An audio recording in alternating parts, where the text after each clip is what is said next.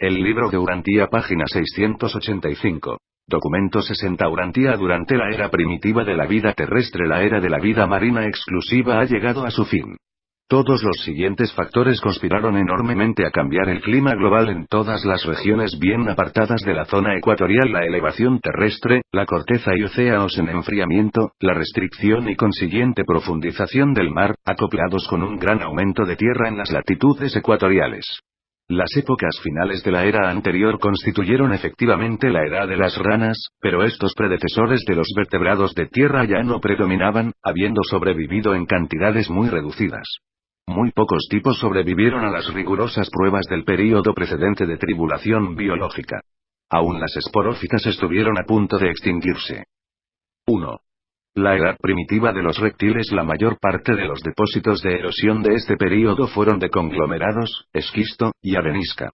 El yeso y las capas rojas a través de todas estas sedimentaciones, tanto sobre América como sobre Europa, indican que el clima de estos continentes fue árido.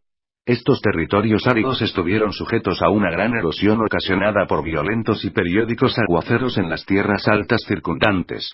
Se encuentran pocos fósiles en estas capas, pero sí se pueden observar numerosas huellas incrustadas en la arenisca, dejadas por los reptiles terrestres. En muchas regiones el depósito de arenisca roja de 300 metros de espesor que corresponde a este período no contiene fósiles. La vida de los animales terrestres no fue continua sino en ciertas partes de África. Estos depósitos varían de 1000 a 3000 metros de espesor, y llegan hasta 5400 metros en la costa del Pacífico. En épocas posteriores se introdujo lava violentamente entre medio de muchas de estas capas. Los acantilados del río Hudson se formaron mediante la extrusión de lava basáltica entre estos estratos triásicos. La acción volcánica fue extensa en diferentes partes del mundo. Se pueden encontrar depósitos de este período en Europa, máxime en Alemania y Rusia. En Inglaterra, la nueva arenisca roja corresponde a esta época. La caliza se asentó en los Alpes meridionales a consecuencia de una invasión marina y presentemente se puede observar a manera de muros peculiares, picos y pilares de caliza dolomítica propios de esas regiones. Esta capa se encuentra en toda África y Australia. El mármol de Carrara proviene de tales calizas modificadas. Nada de este período se encontrará en las regiones australes de Sudamérica, pues aquella parte del continente permaneció sumergida y, por consiguiente, no presenta más que un depósito acuático marino contiguo a las épocas precedente y subsiguiente. Página 686. Hace 150.000 de años comenzaron los primeros períodos de vida terrestre de la historia mundial. La vida, por lo general, no prosperó en gran medida, pero sí prosperó mejor que durante la ardua y hostil etapa final de la era de la vida marina. Al principiar esta era, las partes orientales y centrales de Norteamérica, la mitad septentrional de Sudamérica, la mayor parte de Europa, y toda Asia están bien elevadas por encima del agua. Por primera vez Norteamérica se halla geográficamente aislada, pero esto no dura mucho tiempo, ya que el puente terrestre del estrecho de Bering, dentro de poco tiempo, vuelve a emerger, uniendo el continente con Asia. Se desarrollaron grandes depresiones paralelas a las costas del Atlántico y del Pacífico en América del Norte. Apareció en Connecticut la Gran Falla Oriental, un lado de la cual llegó, con el tiempo, a hundirse más de 3 kilómetros. Después, muchas de estas depresiones norteamericanas y muchas cuencas de lagos de agua dulce y salada de las regiones montañosas se llenaron de los depósitos de la erosión. Posteriormente, estas depresiones terrestres rellenas se elevaron considerablemente a causa de los flujos de lava que corrían por debajo de la tierra. Corresponden a esta época los bosques petrificados de muchas regiones.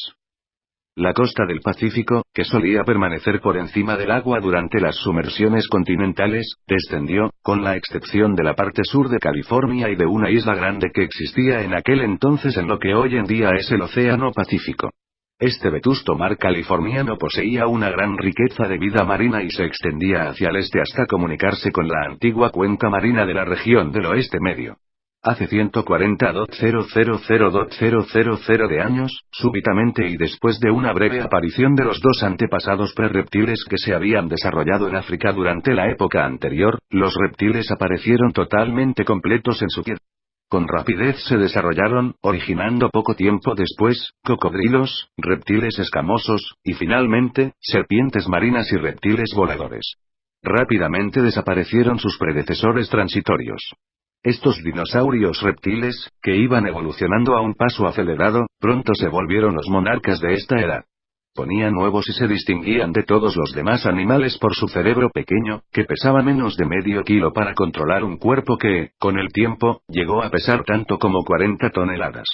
Los reptiles primitivos, sin embargo, eran de menor tamaño, carnívoros, y caminaban en forma similar a los canguros, apoyándose sobre sus patas traseras. Tenían los huesos huecos característicos de las aves y posteriormente desarrollaron a tener solo 3 dedos en las patas traseras. Por tanto, gran parte de sus pisadas fosilizadas han sido confundidas con las de aves gigantes. Después, evolucionaron los dinosaurios herbívoros. Estos caminaban sobre las 4 patas, y una rama de este grupo desarrolló una coraza protectora. Varios millones de años después, aparecieron los primeros mamíferos. Eran no placentarios y no tardaron en resultar un fracaso rotundo. Pues ninguno sobrevivió. Fue este un intento experimental de mejorar los tipos mamíferos, pero no dio resultado en Urantia. La vida marina de este período era exigua, pero mejoró rápidamente con la nueva invasión de los mares que, nuevamente, produjo extensas costas de aguas poco profundas. Puesto que había más aguas de poca profundidad alrededor de Europa y Asia, se encuentran los lechos más ricos en fósiles por estos continentes. Hoy por hoy, si queréis estudiar la vida de esa edad, no dejéis de examinar las regiones Himalaya, Siberiana y Mediterránea, así como la India y las islas de la cuenca del Pacífico Austral. Un rasgo prominente de la vida marina era la presencia de las huestes de los hermosos amonites, cuyos restos fósiles se encuentran por el mundo entero. Hace 130.000 de años los mares habían cambiado muy poco. Siberia y Norteamérica estaban unidas por el puente terrestre del estrecho de Bering. Especies de vida marina abundantes y singulares aparecieron en la costa pacífica de California, donde se desarrollaron más de 1000 especies de amonites a partir de los tipos superiores. Página 687. De cefalópodos. Los cambios de vida en este período fueron en efecto revolucionarios, a pesar de ser transitorios y graduales. Este período se extendió a lo largo de 25 millones de años y se conoce como el período Triásico. 2. El fin de la edad de los reptiles hace 120.000 de años comenzó una nueva fase de la edad de los reptiles. El gran acontecimiento de este período fue la evolución y ocaso de los dinosaurios. La vida animal terrestre alcanzó su máximo desarrollo, en cuanto al tamaño, y al finalizar esta edad, había prácticamente perecido, esfumándose de la faz de la Tierra. Los dinosaurios evolucionaron en todos los tamaños, desde una especie de poco más de medio metro de largo, hasta los enormes dinosaurios no carnívoros de casi 23 metros de largo, a los cuales, hasta la fecha, ninguna criatura viviente les ha igualado en tamaño. El más grande de los dinosaurios se originó en el oeste de América del Norte. Estos monstruosos reptiles están enterrados en todas las regiones de las montañas rocosas, a lo largo del entero litoral atlántico de Norteamérica, en Europa Occidental, Sudáfrica, y la India, pero no en Australia. Estas macizas criaturas se hicieron menos activas y fuertes a medida que crecían en tamaño. Pero requerían una cantidad tan desmesurada de alimentos y la tierra estaba tan atestada de ellos que, literalmente, se murieron de hambre y se extinguieron, pues carecían de la inteligencia para sobrellevar la situación. En este momento la mayor parte del este de Norteamérica, que durante mucho tiempo había estado elevada, había bajado de nivel y había sido arrastrada hacia el océano Atlántico de tal modo que la costa se extendía a varios cientos de kilómetros más allá de donde llega hoy. La parte oeste del continente aún estaba elevada. No obstante, estas regiones, inclusive después, fueron invadidas por el Mar del Norte y el Pacífico, que se extendieron hacia el este hasta la región de Black Hills, en Dakota del Sur. Esta era una edad de agua dulce que se caracterizaba por muchos lagos interiores, tal como lo acusan los abundantes fósiles de agua dulce de los llamados lechos de Morrison en Colorado, Montana, y Wyoming. El espesor de estos depósitos combinados de agua dulce y salada varía de 600 a 1500 metros. Muy poca caliza, sin embargo, está presente en estas capas. El mismo mar polar que tanto se extendió hacia el sur por Norteamérica, asimismo cubrió toda Sudamérica salvo la incipiente cordillera de los Andes. Se inundó la mayor parte de China y Rusia, pero la invasión acuática fue la mayor en Europa. Durante esta sumersión se sentó la bella piedra litográfica de Alemania Meridional, aquellos estratos en los que se conservan como si fueran de ayer mismo fósiles tales como las delicadísimas alas de insectos antiguos. La flora de esta edad era muy similar a la de la edad anterior. Persistían los helechos, en tanto que las coníferas y pinos se iban asemejando cada vez más a las variedades de hoy en día. Aún se estaba formando un poco de carbón a lo largo de las márgenes del Mediterráneo. El retorno de los mares mejoró el clima. Los corales se propagaron hasta las aguas europeas, atestiguando que el clima seguía siendo suave y estable, pero no volvieron a aparecer jamás en los mares polares que poco a poco iban enfriándose. La vida marina de estos tiempos se mejoró y se desarrolló considerablemente, sobre todo en las aguas europeas. Tanto los corales como los crinoideos aparecieron temporalmente en mayores cantidades que en tiempos pasados. Sin embargo, los amonites dominaban la vida invertebrada de los océanos, su tamaño medio iba de 7 a 10 centímetros, aunque una especie alcanzó un diámetro de 2,5 metros. Las esponjas estaban en todas partes, y seguían evolucionando las sepias así como las ostras. Página 688. Hace 110.000.000 de años continuaban desplegándose los potenciales de la vida marina. Entre las destacadas mutaciones de esta época figuró el erizo de mar. Los cangrejos, las langostas y otros tipos modernos de crustáceos se desarrollaron plenamente. Se produjeron marcados cambios en la familia de los peces, apareciendo por primera vez un tipo de esturión. Sin embargo, las feroces serpientes marinas, descendientes de los reptiles terrestres, aún infestaban todos los mares, y amenazaban con aniquilar la entera familia de los peces. Esta seguía siendo la edad de los dinosaurios por excelencia. Atestaron estos la Tierra hasta tal punto que dos especies se adaptaron al agua para subsistir durante el precedente período de la invasión marina. Dichas serpientes de mar representan un paso atrás en la evolución. En tanto que algunas especies nuevas iban haciendo progresos, ciertas especies se quedan estancadas y otras tienden a retroceder, revirtiendo a un estado anterior. En efecto, así sucedió con estos dos tipos de reptiles que abandonaron el medio terrestre. Andando el tiempo, las serpientes de mar crecieron tal tamaño que se hicieron muy lerdas y, con el tiempo, perecieron porque no tenían el cerebro lo bastante grande para proteger sus enormes cuerpos. Su cerebro pesaba menos de 50 gramos, y eso que estos descomunales ictiosauros, algunas veces, alcanzaban 15 metros de largo, y en su mayoría superaban los 11 metros. Los cocodriloideos marinos también constituyeron una reversión del tipo de reptil terrestre. Mas, a diferencia de las serpientes marinas, estos animales siempre volvían a la tierra para poner sus huevos. Poco tiempo después de que dos especies de dinosaurios emigraron al agua en un vano intento de preservarse a sí mismos, otros dos tipos se vieron obligados a alzar el vuelo debido a la encarnizada competencia de la vida terrestre. Pero estos pterosaurios no fueron los antepasados de las verdaderas aves de las edades subsiguientes. Evolucionaron de los saltarines dinosaurios de hueso hueco, y sus alas eran de formación similar a la de los murciélagos, con una envergadura de 6 a más de 8 metros. Estos reptiles voladores antiguos alcanzaban, en su desarrollo físico, 3 metros de largo, y tenían mandíbulas separables, muy parecidas a las de las culebras modernas. Durante un tiempo, estos reptiles voladores parecieron ser un éxito, pero no consiguieron evolucionar de una manera que se les permitiera sobrevivir como aeronavegantes. Representan la ascendencia de las especies de aves que no sobrevivieron. Las tortugas se incrementaron durante este período, apareciendo por primera vez en Norteamérica. Sus antepasados llegaron de Asia vía el puente terrestre boreal. Hace 100 millones de años la edad de los reptiles se fue acercando a su fin. A los dinosaurios, a despecho de su enorme masa, les faltaba poco para ser, en efecto, animales sin cerebro. Carecían de la inteligencia necesaria para conseguir comida suficiente para alimentar un cuerpo de semejante tamaño. Y así perecieron estos lerdos reptiles terrestres en cantidades cada vez mayores. De este momento en adelante, a la evolución le seguirá el desarrollo de los cerebros, no el tamaño físico, y el desarrollo de los cerebros caracterizará cada época sucesiva de la evolución animal y del progreso planetario. Este período, que englobó el apogeo y el principio de la decadencia de los reptiles, duró casi 25 millones de años y se conoce como período Jurásico. 3. La etapa Cretácea. El período de las plantas floríferas. La edad de las aves. El gran período Cretáceo deriva su nombre del predominio en los mares de los prolíficos foraminíferos productores de creta obrera. Este período acerca Urantia al final del prolongado dominio de los reptiles y presencia la aparición en la Tierra de plantas floríferas y fauna avícola.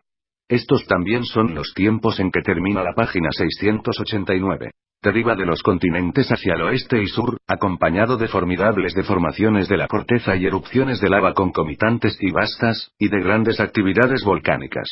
Cerca del final del período geológico precedente, gran parte de la tierra continental estaba elevada por encima del nivel del mar, aunque, hasta este momento, no había picos montañosos. Pero a medida que continuaba la deriva terrestre continental, esta topó con el primer gran obstáculo en el fondo profundo del Océano Pacífico. Esta contención de las fuerzas geológicas dio ímpetu a la formación de la entera vasta cordillera septentrional y meridional, extendiéndose desde Alaska, por México, hasta el Cabo de Hornos. De este modo, este período se convierte en la etapa moderna de la formación de las montañas de la historia geológica. Anteriormente a estos tiempos había pocos picos, tan solo lomas elevadas de gran anchura. La cordillera de la costa del Pacífico iba elevándose, pero estaba situada a 1100 kilómetros al oeste de la costa de hoy en día. Las sierras comenzaban a formarse, siendo sus estratos de cuarzo que contienen oro fruto de las erupciones de lava de esta época. En la parte este de Norteamérica, la presión ejercida por el Atlántico también actuaba para ocasionar una elevación de la Tierra. Hace 100.000 de años el continente norteamericano y una parte de Europa estaban bien elevados sobre el agua. La deformación de los continentes americanos continuó, resultando en la metamorfosis de los Andes de Sudamérica y en la gradual elevación de las planicies del oeste de Norteamérica. La mayor parte de México se hundió por debajo del mar, y el Atlántico meridional invadió la costa oriental de América del Sur, alcanzando, con el tiempo, la costa presente. Los océanos Atlántico e Índico eran entonces más o menos como lo son hoy. Hace 95.000 de años las masas terrestres de América y Europa fueron hundiéndose nuevamente. Los mares australes comenzaron la invasión de Norteamérica y paulatinamente se extendieron hacia el norte hasta comunicarse con el océano Ártico, lo cual constituyó la segunda gran sumersión del continente. Al retirarse este mar finalmente, dejó el continente casi como es actualmente. Antes de que comenzara esta gran sumersión, las tierras altas Apalaches del este se habían desgastado casi completamente, bajando hasta el nivel del mar. Las policromas capas de la arcilla pura que hoy se utilizan para fabricar loza de barro se sentaron sobre las regiones costeras del Atlántico durante esta edad, teniendo las capas un espesor medio de unos 600 metros. Grandes acciones volcánicas acontecieron al sur de los Alpes y a lo largo de la presente cordillera costal de California. Las mayores deformaciones de la corteza en millones y millones de años se produjeron en México. Ocurrieron, además, grandes cambios en Europa, Rusia, Japón, y en la parte austral de Sudamérica. El clima se hizo cada vez más diverso.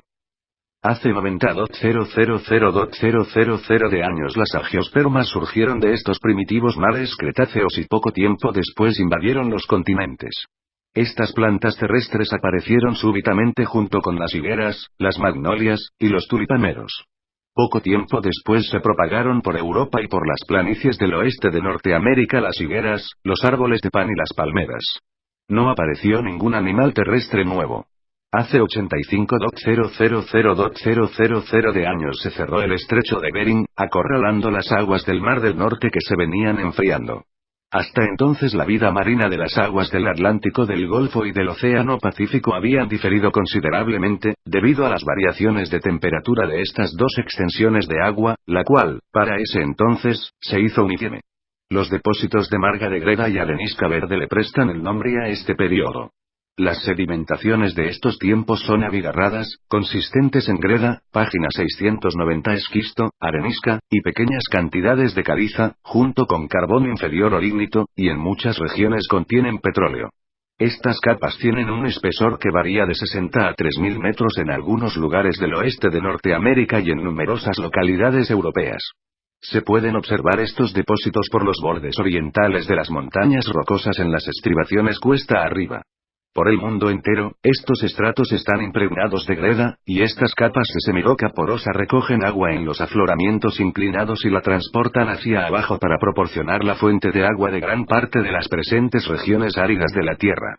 Hace 80.000 de años ocurrieron grandes perturbaciones en la corteza terrestre. El avance de la deriva continental hacia el oeste se iba paralizando, y la inmensa energía del lento impulso de la masa continental, que venía a la zaga, desmoronó la costa del Pacífico de Norteamérica así como la de Sudamérica e inició profundos cambios consiguientes a lo largo de las costas pacíficas de Asia. Esta elevación terrestre alrededor del Pacífico, que culminó en las cordilleras presentes, tiene una longitud de más de 40.000 kilómetros. Los solevantamientos que acompañaron su surgimiento fueron las mayores deformaciones de superficie que se hayan producido desde que apareciera la vida en Urantia. Los flujos de lava, tanto por encima como por debajo de la Tierra, fueron cuantiosos y vastos. 75.000.000 de años atrás se produce el fin de la deriva continental. Desde Alaska hasta el Cabo de Hornos ya estaban completas las cadenas de montañas de la costa del Pacífico, aunque hasta este momento había pocos picos. La fuerza propulsora contraria a la deriva continental, que se había parado, continuó elevando las planicies del oeste de Norteamérica, mientras que en el este los desgastados montes Apalaches de la región del litoral oriental se proyectaban abruptamente hacia arriba, casi sin declive. Hace 70.000.000 de años acontecieron las deformaciones de la corteza relacionadas con la máxima elevación de la región de las montañas rocosas. Un gran segmento de roca se solevantó 24 kilómetros en la superficie de la Columbia Británica. Aquí las rocas cámbricas fueron impulsadas en un plano oblicuo respecto de las capas cretáceas. Por la vertiente oriental de las montañas rocosas, cerca de la frontera con Canadá, se dio otra espectacular alteración geológica. Aquí se pueden encontrar las capas de piedra formadas anteriormente a la vida, que se habían solevantado por encima de los depósitos cretáceos, siendo estos, en ese entonces, los más recientes. Esta fue una edad de actividad volcánica en todo el ámbito global, que dio origen a numerosos pequeños conos volcánicos aislados. En la región sumergida del Himalaya estallaron volcanes submarinos. Gran parte del resto de Asia, inclusive Siberia, aún estaba sumergida. Hace 65.000.000 de años se produjo una de las mayores erupciones de lava de todos los tiempos. Se pueden encontrar las capas de los depósitos de estas y de anteriores erupciones de lava por todas las Américas, África del Norte y del Sur, Australia, y partes de Europa. Los animales terrestres habían cambiado muy poco, pero debido al mayor surgimiento continental, sobre todo en Norteamérica, se multiplicaron a un paso acelerado. La mayor parte de Europa estando sumergida, Norteamérica fue el gran campo de la evolución de los animales terrestres de estos tiempos. El clima seguía siendo templado y uniforme.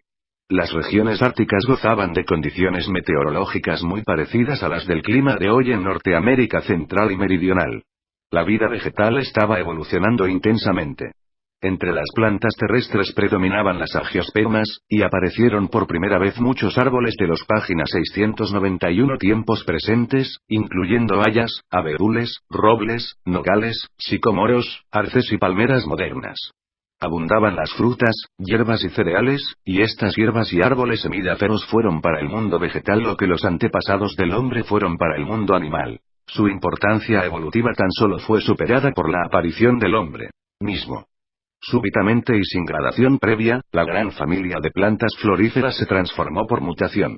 Esta flora nueva se diseminó por el mundo entero.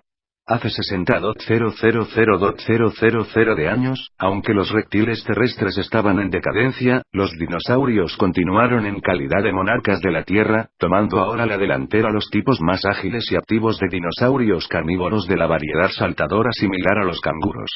Pero en algún momento anterior habían aparecido nuevos tipos de dinosaurios herbívoros, cuyo rápido aumento se debió a la aparición de las plantas terrestres de la familia herbácea. Uno de estos dinosaurios herbívoros nuevos era un verdadero cuadrúpedo, con 2 cuernos y un crecimiento en forma de capa en los hombros.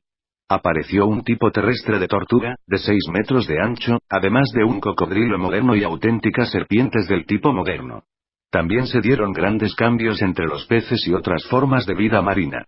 Las primeras aves zancudas y nadadoras de las edades anteriores no prosperaron en el aire, tampoco lo hicieron los dinosaurios voladores. Estas fueron especies de corta existencia, que se extinguieron al poco tiempo. Sufrieron el mismo destino de aniquilación de los dinosaurios, ya que tenían muy poca sustancia cerebral en proporción con su tamaño corporal.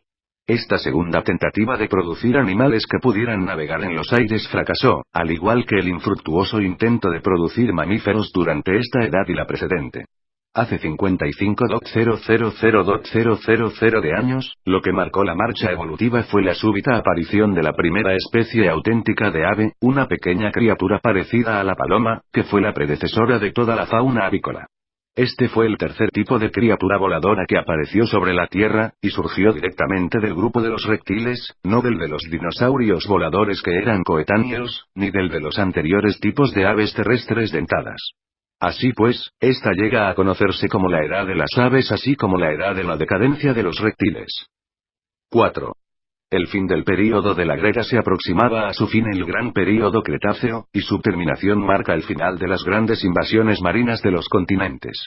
Especialmente en Norteamérica, donde se habían producido precisamente 24 grandes inundaciones. Aunque hubo sumersiones menores subsiguientes, ninguna de estas se puede equiparar con las vastas y prolongadas invasiones marinas de esta edad y otras anteriores. Estos períodos alternos de dominio del mar y de la tierra ocurrieron en ciclos de 1.000.000 de años cada uno.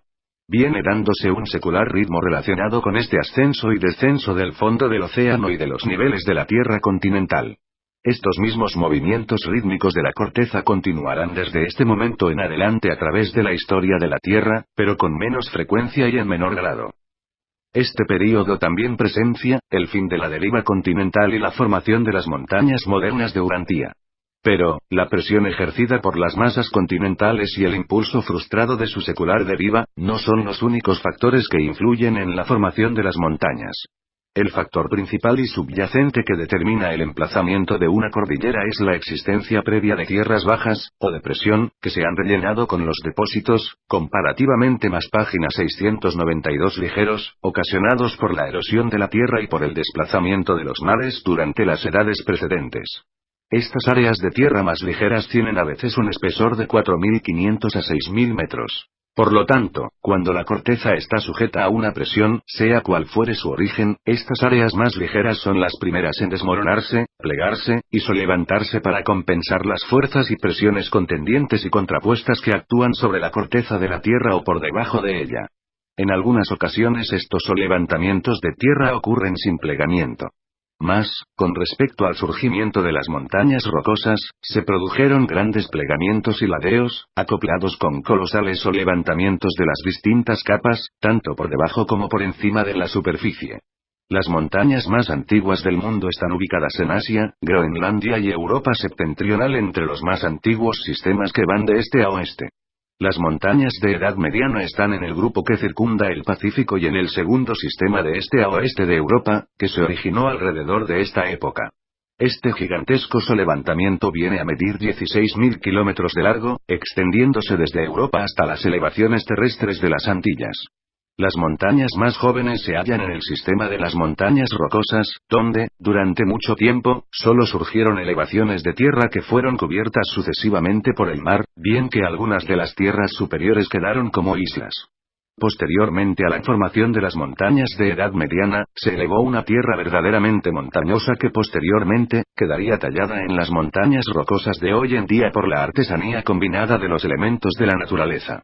La región actual de las montañas rocosas de Norteamérica no es la elevación original de la Tierra. Hace mucho tiempo, la erosión arrasó con aquella elevación, y luego la volvió a elevar. Hoy día la cordillera delantera es todo lo que queda de los restos de la cordillera original que se volvió a elevar. Los picos Pikes y Longs son destacados ejemplares de esta actividad de las montañas, habiendo sobrevivido a 2 o más generaciones de ellas. Estos 2 picos mantuvieron la cabeza por encima del agua durante varias inundaciones precedentes.